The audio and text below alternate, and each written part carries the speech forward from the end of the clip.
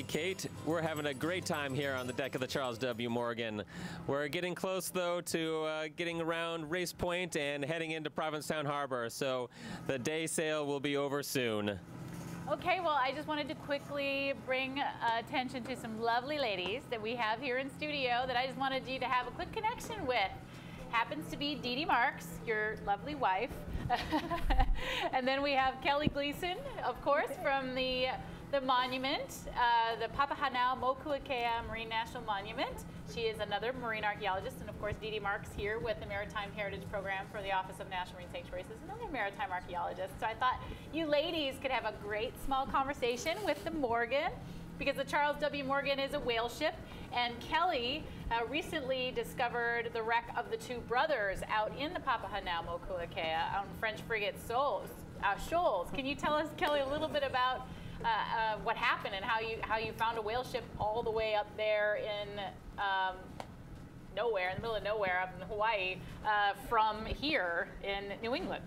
Well, I'm really fortunate to get to work in a place where there are dozens of shipwrecks lost, so there's a lot of work for me to do as a maritime archaeologist, but over 10 of those reported lost were whaling shipwrecks, and particularly from the era of about 1820 to about 1850. And what had happened is that in about 1820, the Japan whaling grounds opened up after whales had been fished out all along the Atlantic and the South Pacific, and finally whalers were headed further and further afield. And so that's what took these whale ships from New England on what could be a 2 or 3 year journey all the way out to the middle of the Pacific through the Hawaiian Islands. And so at that time, these atolls weren't very well charted. And so they would, as they were on their way up through the Hawaiian Island archipelago, they ran aground on these low-lying atolls. And so these are some of the shipwreck sites that I've been fortunate to work on. And one of them is the Nantucket whale ship Two Brothers, which is pretty significant for its connection to literary history,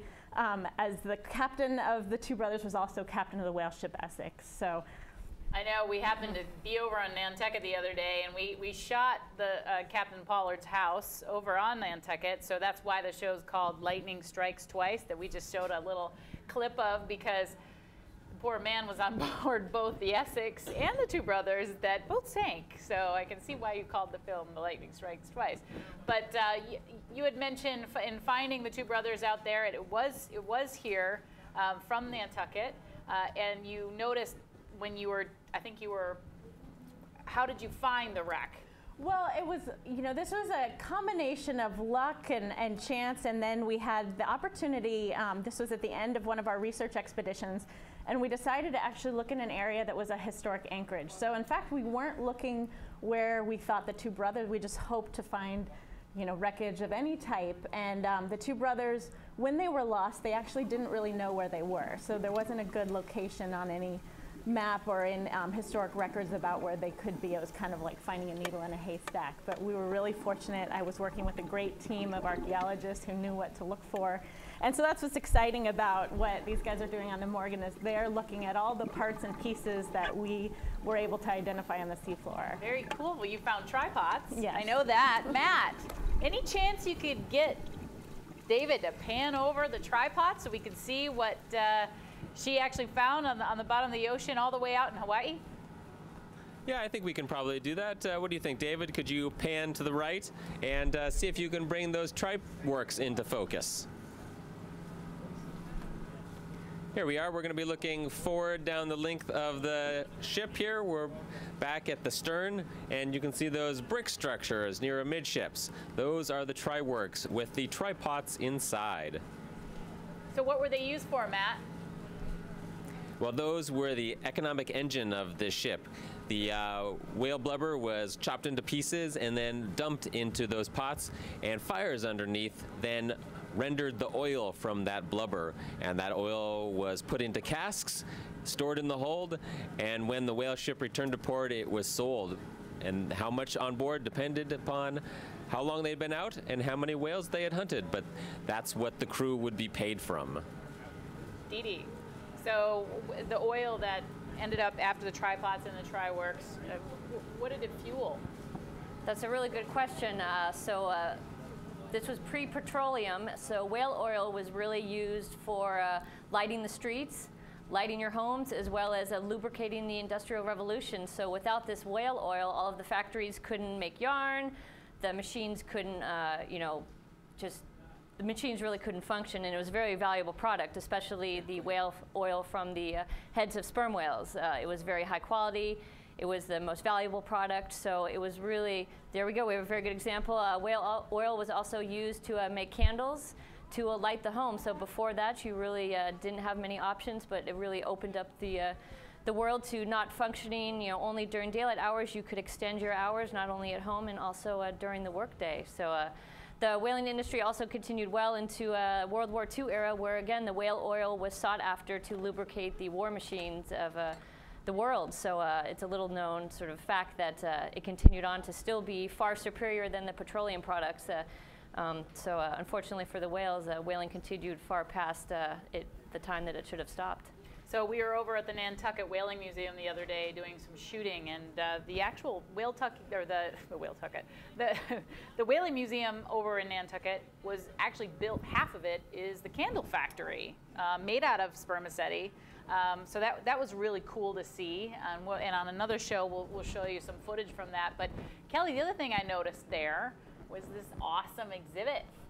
So can you tell us a little about that? Yeah, well, one of the challenges of working in a place like the northwestern Hawaiian Islands, where Papahanaumokuakea Marine National Monument is located, is the fact that it's really remote. And other than researchers and managers, people aren't really able to go there. So my job is to also try to not only tell about these shipwreck sites and why they're significant, but try to share them and give people an experience. And exhibits are a great way to do that. And the Nantucket Whaling Museum the Nantucket Historical Association's been a great partner, and they've been really interested in the project. And they get a number of people coming through that museum who are very interested. And so we were able to recover a few artifacts in 2012. And those became part of this. Okay, exhibit. Great. Well, we actually are going to be doing a live pin site with the Mariners Museum in Newport News. So we just wanted to see if we could queue up their shot. Do we have them on Zoom, guys? Yay! There's the Mariners Museum. They're rallying. Yay! Hi.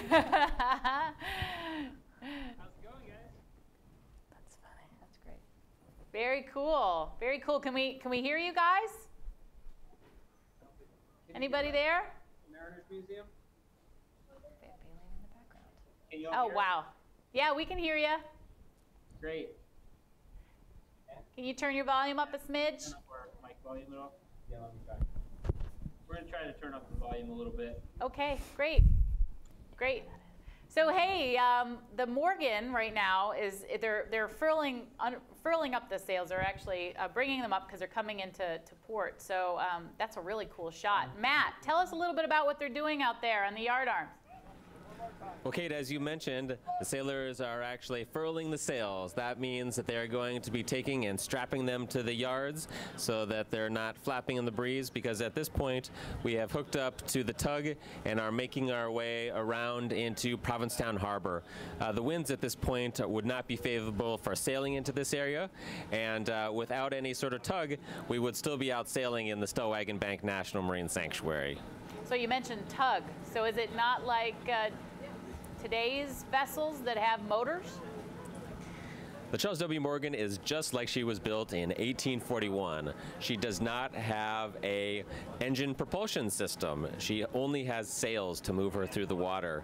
And that's why this vessel is so much like the way she was originally built, and really gives us a great sense of what it was like to sail on a whale ship. Very cool. Mariners, are you there?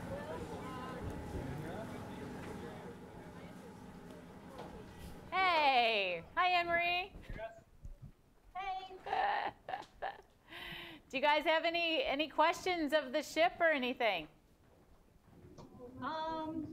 We sat here and watched the whole program and really enjoyed hearing the passion that Sylvia or Earl has. That was amazing.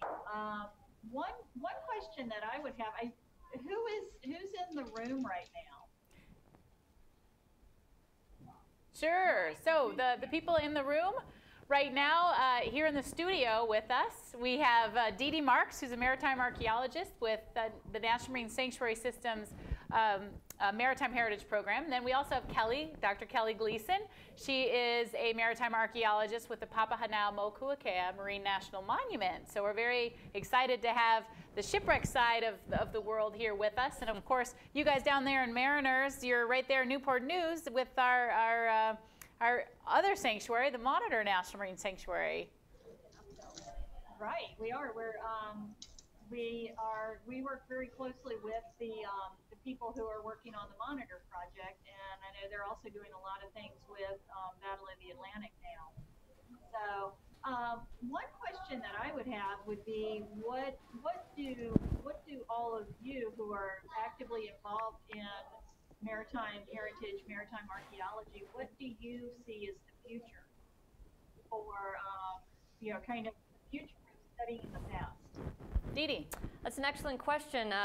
There are so many aspects to maritime heritage that we have yet to fully delve into, especially with the Office of National Marine Sanctuaries, especially the prehistoric remains that could be located in some of the sites that have yet to be discovered, such as Stillwagon Bank, where the Morgan was sailing 12,000 years ago. That was actually dry land, and we hope eventually to have the support to go out and search for some of those paleo remains. There's been reports of a fisherman dragging up a mastodon teeth, and there's good evidence that prehistoric man could have ventured out to Stillwagon Bank as well as Jeffrey's Ledge and hunted caribou out there.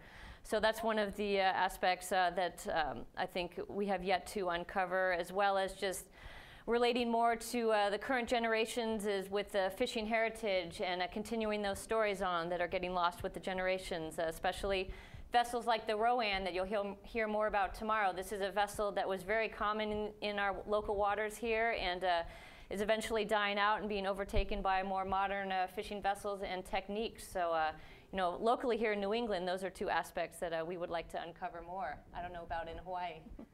Well, I think one of the exciting things about working in a remote place like the northwestern Hawaiian Islands is the fact that there is so much exploration and discovery to take place. And still on any expedition that we go on, there seems like there are new discoveries, whether it's natural or cultural, underwater or on land. And so I think just having the opportunity to continue on those kind of expeditions of discovery is kind of a major priority.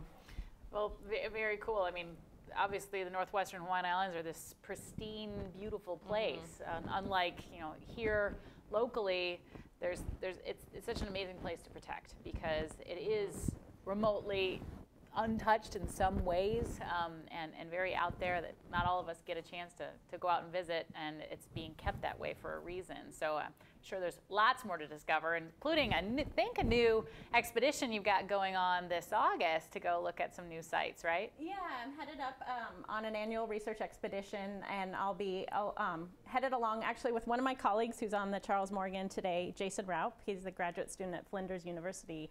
And along with another colleague of mine at Papahanaumokuakea, we'll have the opportunity to visit several different atolls in the northwestern Hawaiian Islands and visit some sites. Very cool. Anne-Marie, do you guys have any more questions of us or the ship? I have an interesting sort of Mariners-related fact. Oh, did we? Okay. Oh, did we lose them? I think so. Okay. I think we lost them. Well, thank you, Mariners, for doing a pin site connection with us. But I have one more question out there to Matt. Matt, are you there? Absolutely, Kate. I'm standing by here on the deck of the Charles W. Morgan. Very, very cool. Where are you right now? What is that glass thing behind you? The black thing behind me. That's a good question. Oh, the glass thing behind me. That is actually a glass skylight that is just above the captain's table. It lets space into a very, very nice dining area that the captain and officers would have used. And they had actually better food to eat in that area than the ordinary sailors who were sailing before the mast. So Matt, I just happen to have a copy here of Herman Melville's Moby Dick, and Kelly mentioned earlier about the Essex and Captain Pollard. You're on board the Morgan there.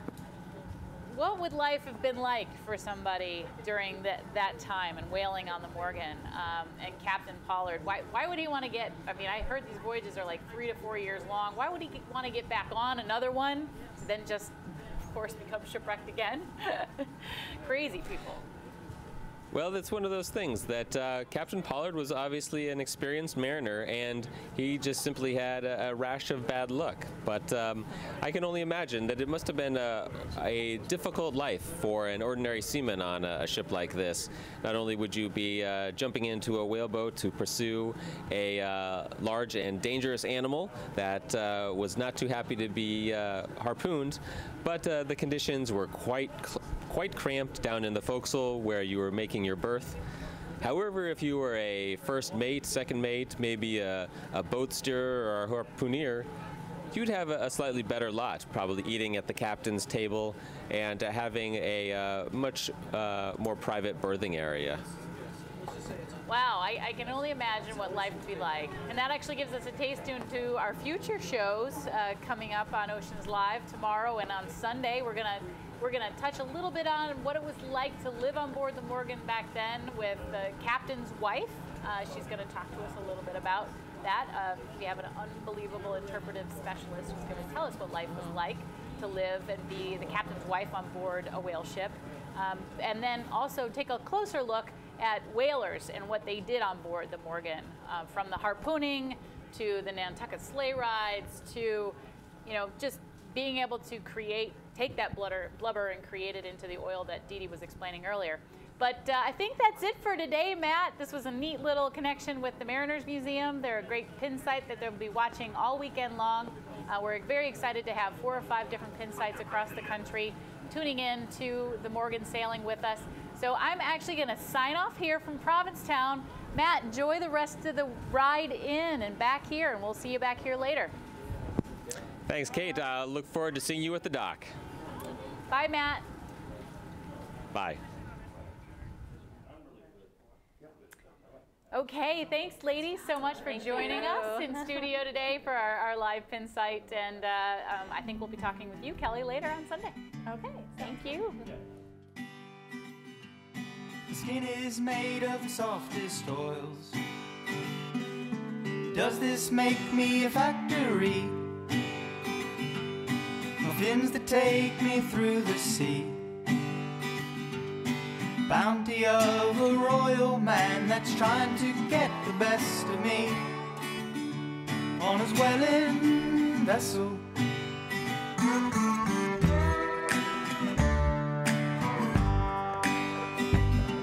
The skin is made of the softest oils,